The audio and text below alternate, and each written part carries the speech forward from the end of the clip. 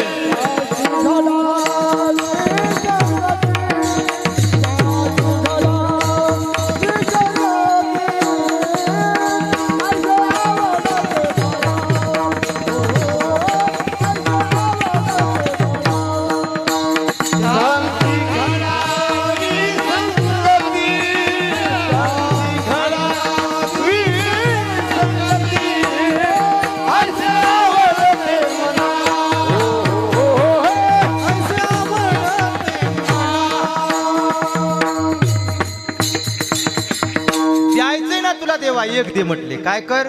देव बसे चित्ती त्याची घडावी संगती. अशांची संगती मला दे ज्याच्या हृदयामध्ये तुझा अखंड वास असू दे. का तुकोबराने संगती मागावी महाराज? महाराज असं काहीतरी मागावं जे सहजासहजी भेटत नाही ते. मग संत संगती इतकी अवघड आहे का हो? सहज मिळणारी गोष्ट देवाकडे मागायची काय गरज आहे?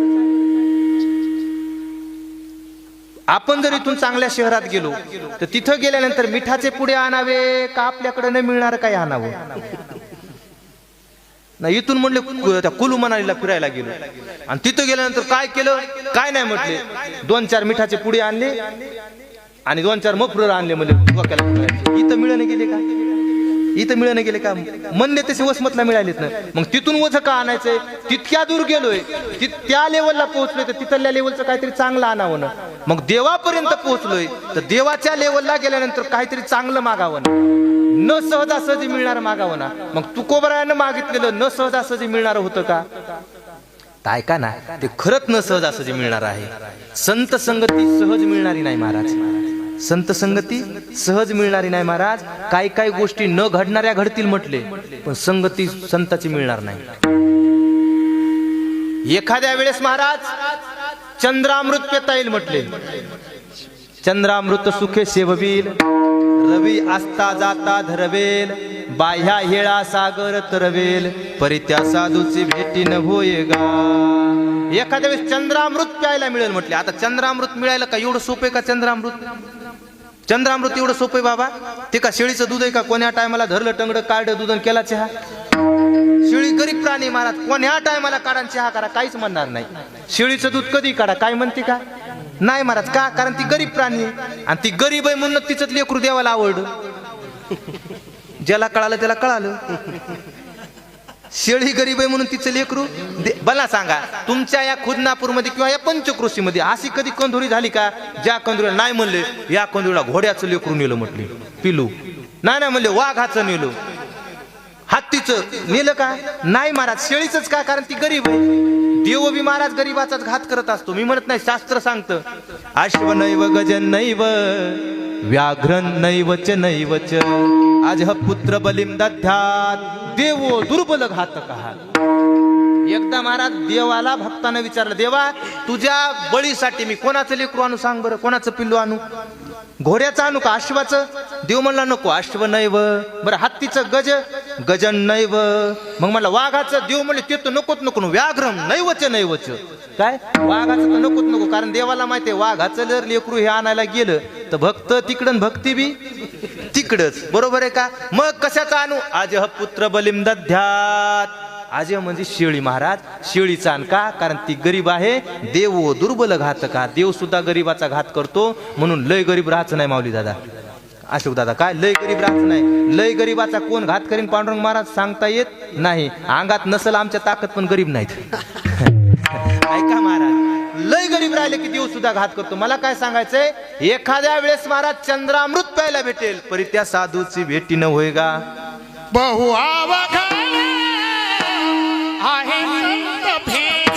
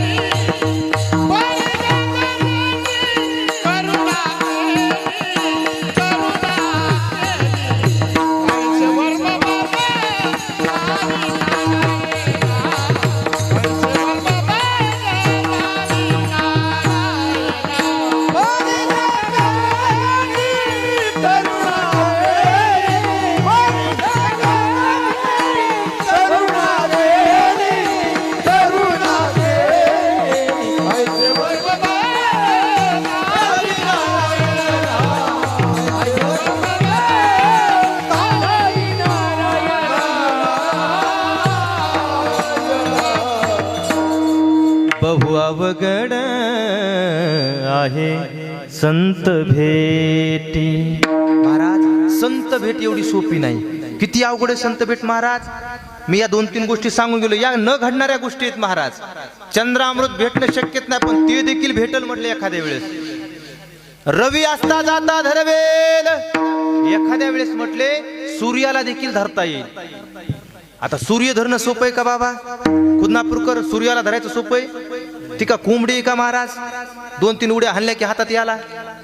नाही महाराज. एका लेकरानं कोंबडी धरलेली सोडली, माऊली दादा धरलेली कोंबडी सोडली एका लेकरानं. त्याच्या मायनं इतकं बद बद बद मारायला सुरुवात केलं त्याला. मी गेलो आणि धरलं. मिळालं, ताई का मारताय त्या लेकराला? जाऊ द्या ना.